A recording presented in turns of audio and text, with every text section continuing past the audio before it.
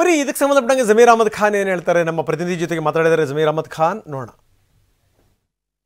ಹಿರಿಯ ಸಚಿವರಂತ ಜಮೀರ್ ಅಹಮದ್ ಅವರ ಮೇಲೆ ಮಾತಾಡ್ತಾರೆ.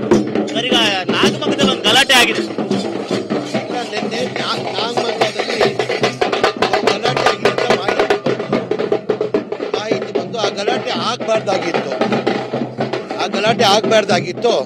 ಗಲಾಟೆ ಆಗಿದೆ ಅಂತ ಗೊತ್ತಾಗಿದೆ ನನಗೆ. ಈಗ ಬಿಜೆಪಿ ಹೇಳ್ತಾ ಇದ್ದಾರೆ ಕಾಂಗ್ರೆಸ್ ಒಂದು ಸಮುದಾಯವನ್ನು ಓಲೈಕೆ ಮಾಡ್ಲಿಕ್ಕೋಸ್ಕರ ಈ ರೀತಿಯಾಗಿ ಆಗ್ತಾ ಇದೆ ಘಟನೆಗಳು ಅಂತ ಹೇಳಿ. ನೋಡಿ, ಇಂಥ ರಾಜಕಾರಣಿಗಳು ಹೇಳಿಕೆಯಿಂದಾನೇ ಈ ಗಲಭೆಗಳು ಆಗೋದು. ಈ ರಾಜಕಾರಣಿಗಳು ಹೇಳಿಕೆಯಿಂದಾನೇ ಗಲಭೆ ಆಗೋದು. ಯಾರು ಗಲಭೆ ಆಗ್ಬೇಕಂತ ಯಾರೂ ಬಯಸಲ್ಲ. ನೆನ್ನೆಲ್ಲ ಮಾಹಿತಿ ತಗೊಂಡೆ. ನಿನ್ನೆ ಗಣೇಶ ಪ್ರೊಸೆಷನ್ 1:30 ಗಂಟೆಗೆ ಏನೋ ತೆಗಿಬೇಕಾಗಿತ್ತು. ಪೊಲೀಸರು ರಿಕ್ವೆಸ್ಟ್ ಮಾಡ್ಕೊಂಡಿದ್ದಾರೆ. ಆ ಮೇನ್ ಮಸೀದಿ ಮುಂದೆನೇ ಹೋಗ್ಬೇಕಾಗಿತ್ತಂತೆ. 1:30 ಗಂಟೆ ನಮ್ಮ ಮಸೀದಿ ನಮಾಜ್ ನಡೀತಾ ಇದೆ. ಒಂದು 10 ನಿಮಿಷ ಆದಮೇಲೆ ನೀವು ಓಡಿ ಅಂತ ಕೇಳಿದ್ದಾರೆ. ಅವರು ಒಪ್ಕೊಂಡಿಲ್ಲ. ಮಸೀದಿ ನಮಾಜಿ ಆದಮೇಲೆ ಹೋಗಿ ಅಂತ 1:30 ಗಂಟೆ ಕೇಳ್ಕೊಂಡಿದ್ದಕ್ಕೆ ಅವರು ಒಪ್ಪಲಿಲ್ಲ. ಸಾಯಂಕಾಲ ಬಂದು ಪ್ರತಿಭಟನೆ ಗಲಾಟೆ ಮಾಡಿದ್ದಾರೆ. ಯಾರು ಈ ಗಲಾಟೆ ಆಗ್ಬೇಕಂತ ಒಬ್ಬ ಸೆಕ್ಯುಲರ್ ಮೈಂಡೆಡ್ ಲೀಡರ್ ಯಾರೂ ಬಯಸಲ್ಲ.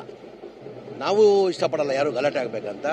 ಇಂಥ ರಾಜಕಾರಣಿಗಳು ಹೇಳಿಕೆಯಿಂದಾನೇ ಈ ಗಲಭೆಗಳು ಆಗೋದು. ಈ ಹೇಳಿಕೆಗಳಿಂದ ಜಾಸ್ತಿ ಆಗ್ತಿದೆ ಘಟನೆ ಅಂತೀರಾ? ಈಗ ಗಲಾಟೆ ಆಗಬಾರ್ದಂತ ನಾವೆಲ್ಲ ಬಯಸಬೇಕು. ನಾವೆಲ್ಲ ಕರ್ತವ್ಯವೇನು, ಈ ತರ ಗಲಾಟೆ ಆಗಬಾರ್ದಂತ ನಾವೆಲ್ಲ ಪ್ರಯತ್ನ ಮಾಡಬೇಕು. ಇಂಥ ಹೇಳಿಕೆಗಳು ಕೊಟ್ಟರೆ ಏನಾಗ್ತದೆ? ಕಾಂಗ್ರೆಸ್ ಸರ್ಕಾರ ಬಂದಿರೋದಕ್ಕೆ ಈ ರೀತಿಯಾದ ಘಟನೆಗಳಾಗ್ತಾ ಇದೆ ಅಂತ ಬಿಜೆಪಿ ನಿರಂತರವಾಗಿ ಆರೋಪ ಮಾಡ್ತಾ ಇದೆ. ನಿಯೋಗ ಕೂಡ ಭೇಟಿ ನೀಡ್ತಾ ಇದೆ. ಬಿಜೆಪಿ ಸರ್ಕಾರ ಗಲಾಟೆ ಆಗಲೇ ಇಲ್ವಾ? ಬಿಜೆಪಿ ಸರ್ಕಾರ ಗಲಾಟೆ ಆಗಕೂಡದು ಅಂತ ನಾನು ಭಾವಿಸ್ತೀನಿ.